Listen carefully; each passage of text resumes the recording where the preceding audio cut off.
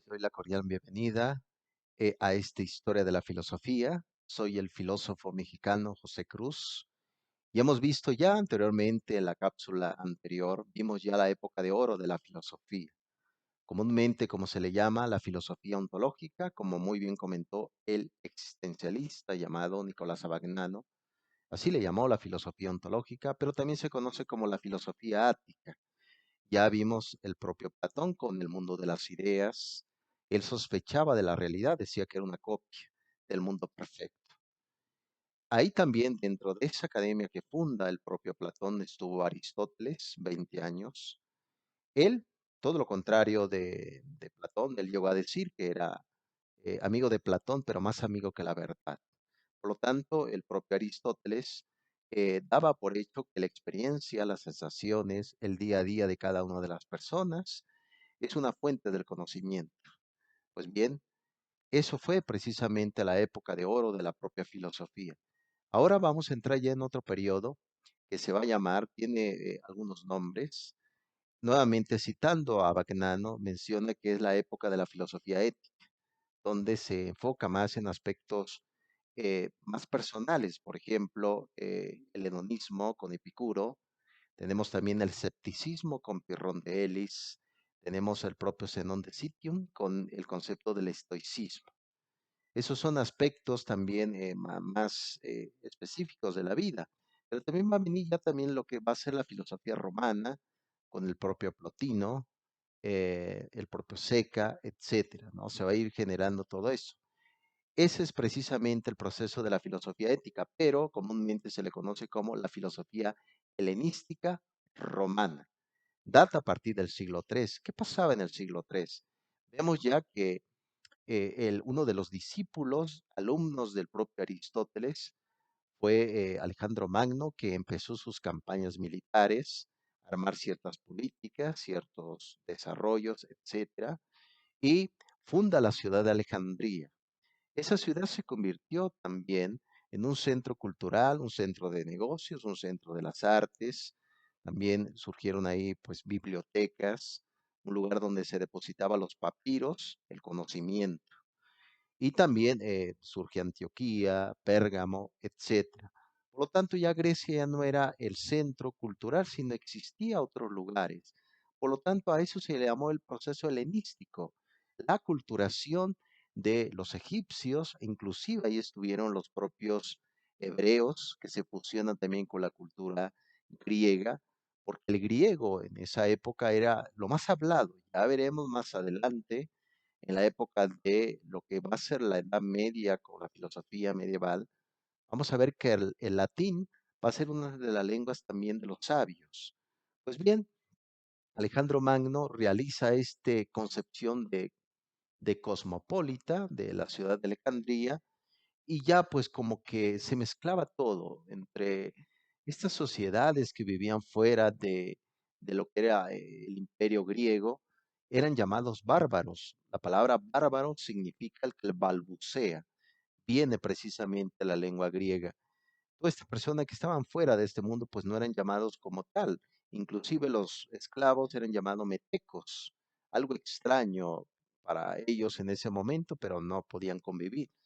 Considero y deduzco que algo pasa también en este siglo XXI con la gente que viene de otros países o los propios mexicanos que se van también a buscar mejores oportunidades, se convierten en metecos, también buscan una oportunidad para otros, para su vida y también para mejorar su propia existencia. Pues bien, eso fue el periodo helenístico, la filosofía helenística.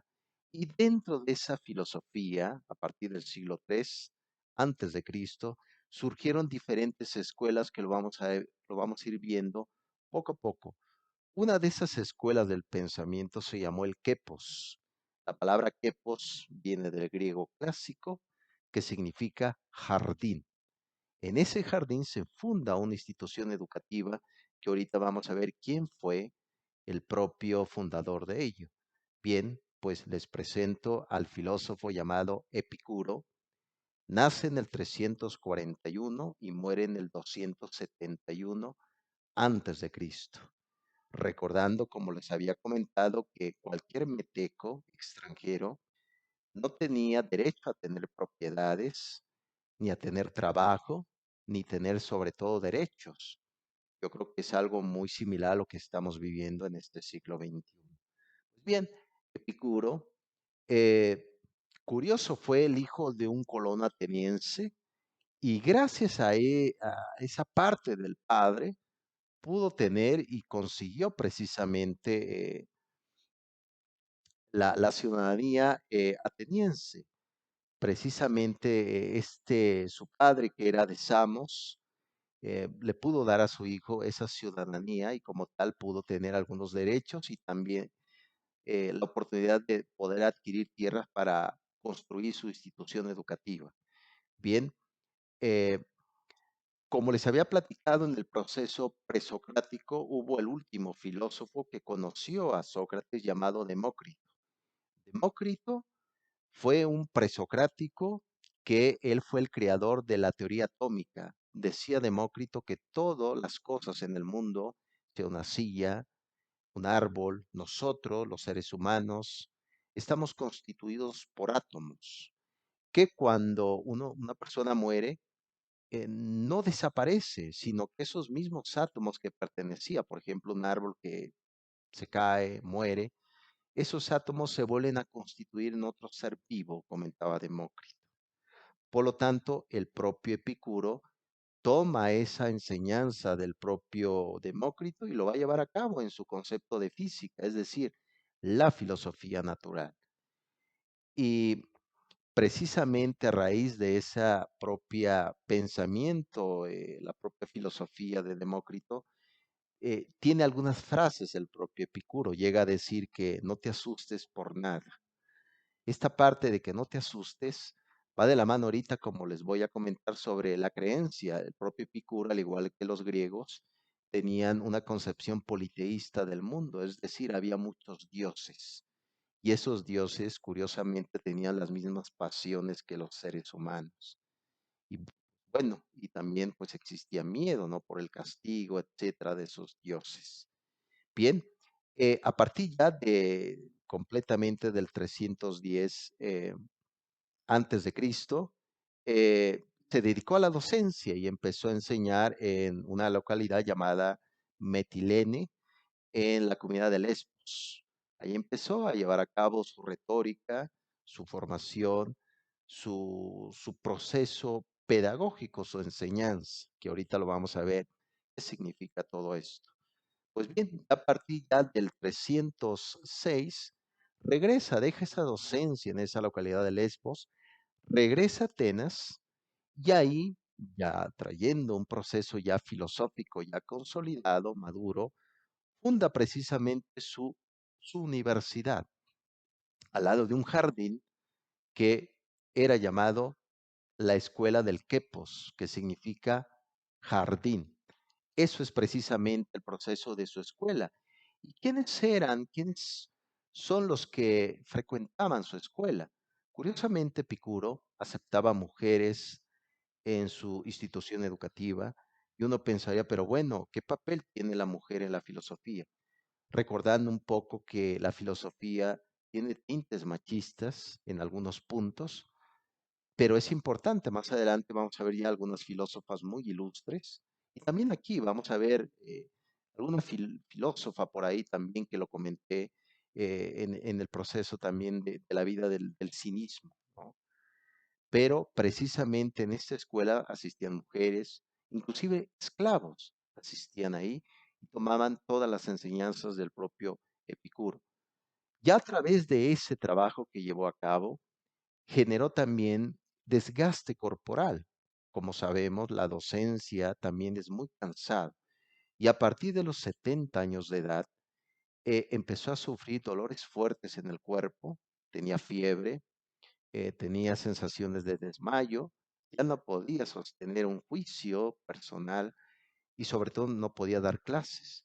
Por lo tanto, eso va a ser también parte de su propia filosofía, del propio eh, Epicuro, y va a llegar a decir que cuando el dolor es demasiado en nuestra vida, el único camino que tenemos es el suicidio. Pues bien, Epicuro se quitó la vida cuando tenía 72 años. Muere, pero deja un legado y deja una doctrina precisamente detallista. Unas precisamente esas ideas. ¿Cuáles eran sus principales doctrinas? Pues bien, eh, lo que dice el propio Epicuro es que no debemos de tener intereses sobre la ciencia, recordando muy bien que la ciencia era filosofía natural, no como ahora lo conocemos la ciencia, sino él decía, él tenía, toma un poco el proceso empírico que debemos de creer más en las sensaciones, en lo que podemos percibir a través de la vista, de los sentidos. Y precisamente él llegó a comentar que no tenía intereses alguno por la ciencia.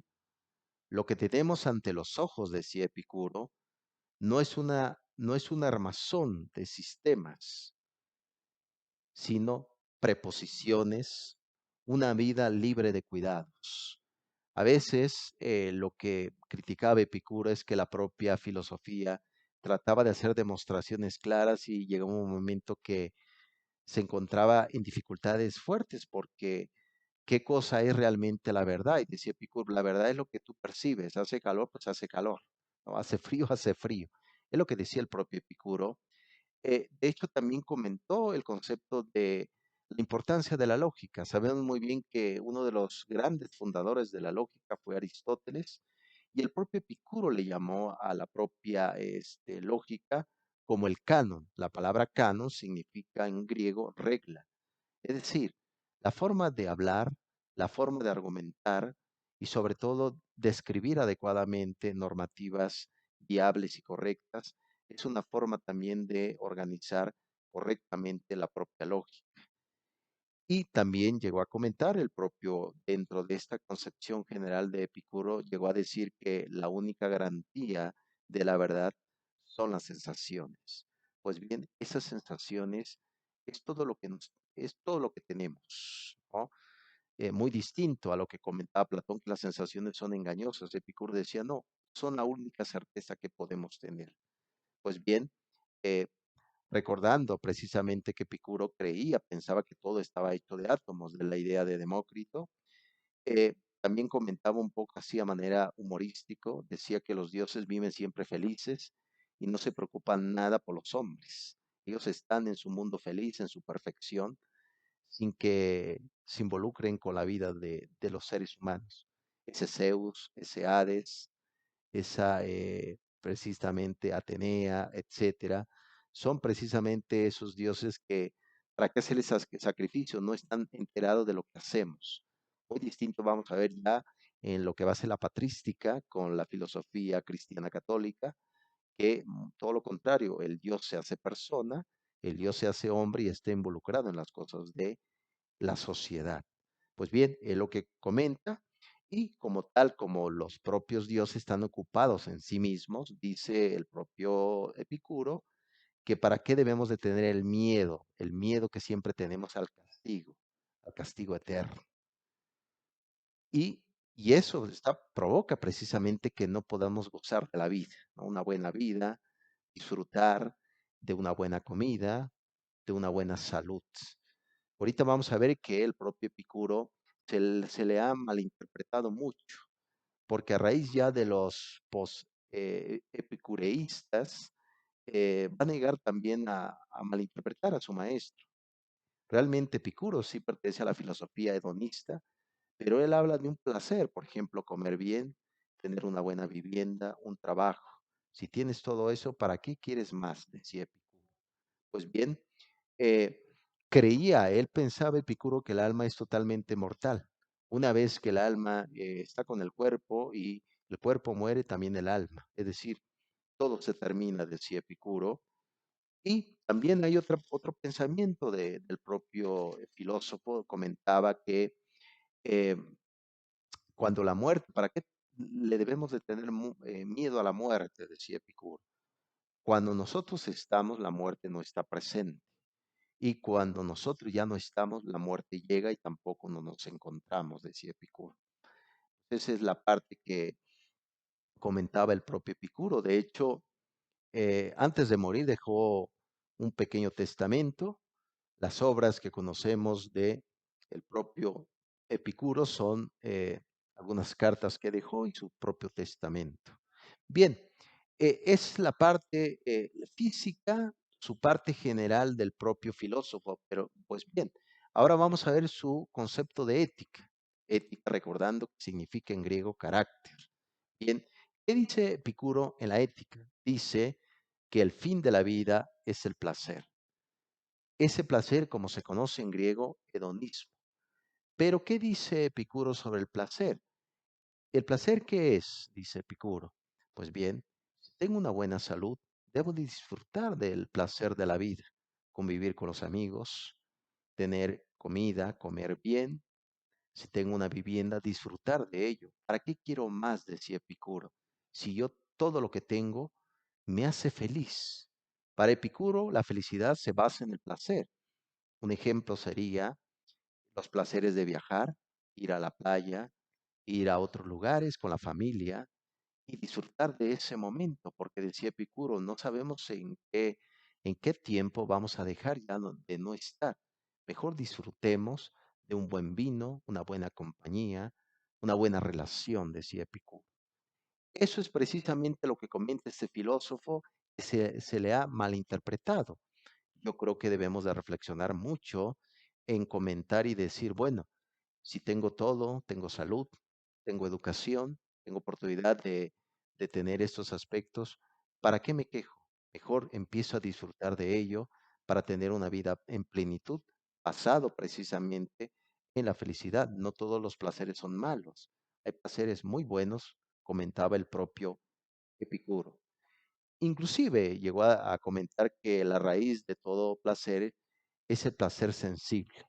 Esos aspectos que tenemos la sensación, por ejemplo, tengo mucho frío, me meto abajo de mis cobijas y siento un gran placer en empezar a calentar el cuerpo. Eso es lo que comentaba y como tal decía que su ideal es la ausencia de dolor corporal y tranquilidad del ánimo.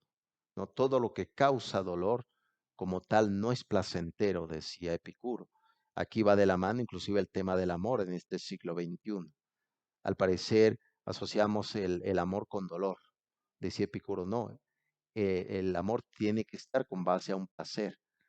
Yo creo que esta argumentación es demoledora con base a este siglo XXI porque no todo, no todo ese amor que vemos realmente es auténtico, según el pensamiento hedonista del propio filósofo.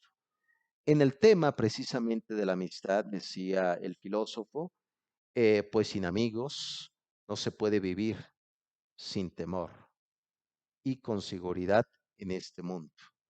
Sabemos muy bien que la amistad es uno de los temas necesarios para este tiempo, pero no todo contacto, no toda charla, no toda conversación significa que somos amigos. Vemos, por ejemplo, en las redes sociales quiénes realmente son mis amigos y quiénes no.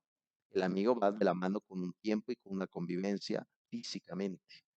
En estos tiempos de liquidez, ya lo vamos a ver con Bauman, en la filosofía del siglo XXI, vemos esas grandes complicaciones. Bien, eso es lo que nos deja Epicuro, la filosofía hedonista, enfocado en disfrutar de la vida, un buen vino, una buena comida, una buena amistad, una buena relación, sin buscar nada más allá, porque nos puede ocasionar ese dolor que nos pierda de vista el verdadero placer de vivir. Eso realmente es el corpus epicureísta de este filósofo. Ya sus ideas se fueron degenerando. Por ejemplo, en los epicureístas posteriores tenemos a el propio Apolodoro, Pedro, Cirón, que fueron desterrados de Roma porque ellos andaban diciendo que el placer de la sexualidad, etcétera. Entonces decían ellos, bueno, el hedonismo es malo por esta argumentación. Ya a partir de lo que va a ser el primer siglo de nuestra era, hubo por ahí un filósofo romano llamado Lucrecio que va a retomar las ideas del propio Epicuro y lo va a dignificar en su libro De Rero Natura, de la naturaleza de las cosas como se conoce en español. también va a estar el propio poeta Virgilio, que va a retomar esa idea austera, esa idea es vivir sin compromiso, no te involucres con la política, sino vive precisamente en solitario, decía Epicuro. Lo toma Lucrecio, lo toma Virgilio, y también otro filósofo llamado Horacio, primer siglo antes de Cristo, también pertenece a esa filosofía helenística a él se le debe el lema, el concepto de carpe diem. Sabemos muy bien qué significa en español aprovecha el momento. Carpe diem es una palabra latina. Aprovecha el momento. Pues bien, Epicuro nos quiere decir en su filosofía que aprendamos a vivir. Vivamos el momento, disfrutemos lo que tenemos, porque no sabemos en qué momento lo vamos a perder. Bien, eh, apreciable apreciable público. Espero que esta cápsula de filosofía sea un momento reflexivo y también de sustento personal hacia la realidad de cualquier momento en nuestra historia. Me despido y nos veremos más adelante con la filosofía estoica. Pronto.